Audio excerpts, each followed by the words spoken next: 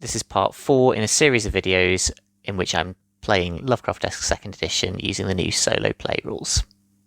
So, I've decided what I'm going to do. I've gone with the Wild Words card, like I said I might. And what I reckon is that Paul goes off to the Black Horse of an evening to try and get as much information as he can out of Wiggy about the Red Silks. He's been working on him for some months, but tonight he really plies him with drink. He gets him nicely sozzled and starts asking him questions. And he manages to extract lots of stories from Wiggy about the Red Silks.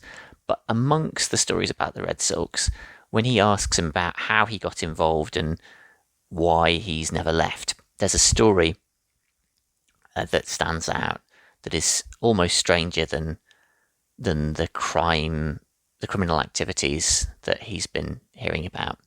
And that is that not that long ago, Wiggy tried to go straight. He tried to go and get himself an ordinary job, and he went and got a job in one of the steeple factories.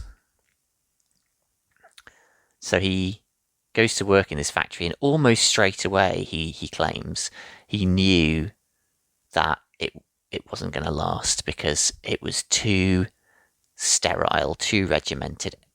The blank surfaces, totally clean, the silent workers filing in rows and mechanically, almost like marionettes, doing their work. And he knew he could never be part of that. But he tried anyway. He stuck with it for a time. But he found that the work was dominating his life. At work, he would become completely absorbed in the mechanical jobs that he had to do. But at home, it was almost like the work continued to dominate his thoughts and his dreams, so that he felt he was almost losing himself. Eventually, he gave it up when he forgot his daughter's birthday, and he felt that whatever was happening here, it was taking away from who he was as a person, and he went back to work for the Red Silks. And Paul sort of mentally notes this along with many other things that he's heard that evening. And it fascinates him. He goes home to his room, to his bedsit, and he sits there, and he knows that the reason he got into this was to investigate the Red Silks, to do an expose on that criminal organisation. But what is really standing out to him now is not the Red Silks, it's the steeple operation and these strange little things that he's seeing and hearing about them, and this weird story from Wiggy. He knows that something's wrong. He knows that that isn't normal, what he's just heard. Wiggy has barely done a day's legitimate work in his life, so he doesn't know, but Paul knows. And he says to himself, this must be some sort of new psychological technique that they've learned, a way of dehumanizing the workers and making them more efficient. And he finds that almost scarier than anything else that he might have thought about. And he starts thinking that maybe the real story here is going to be the steeples and what they're up to.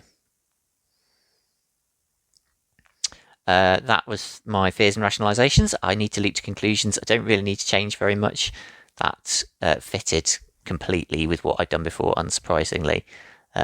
So I'll stick with them as they are. Okay, so I've now used my Wild Words card. Wild Words card. So I'll get rid of that. I think I might keep both of these. Rights and Customs doesn't feel like it massively fits with what I've done so far, but I can imagine something cool could come out of that, so I might keep it. And I definitely want to keep an attack. I know I've had it since the beginning, but I know it's going to come in handy. I just haven't wanted to use it yet, but I think the time is coming. So I'll just draw one replacement clue card. Oh, and that is Murky History, Intriguing and Bizarre Records from the Distant Past. Interesting.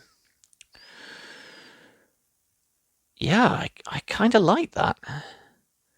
It doesn't really fit with what I've done so far, but I kind of feel like there's something I could do with that. Yeah, I'm going to have a think about that, and I think maybe I will use that card. Lovecraftesque 2nd edition is currently crowdfunding on Backerkit, and we are funding a new boxed set full of lovely card prompts and gorgeous art and amazing scenarios. So I really urge you to go and get over there and back it so you can get your copy. And there's a link for that in the show notes of this video.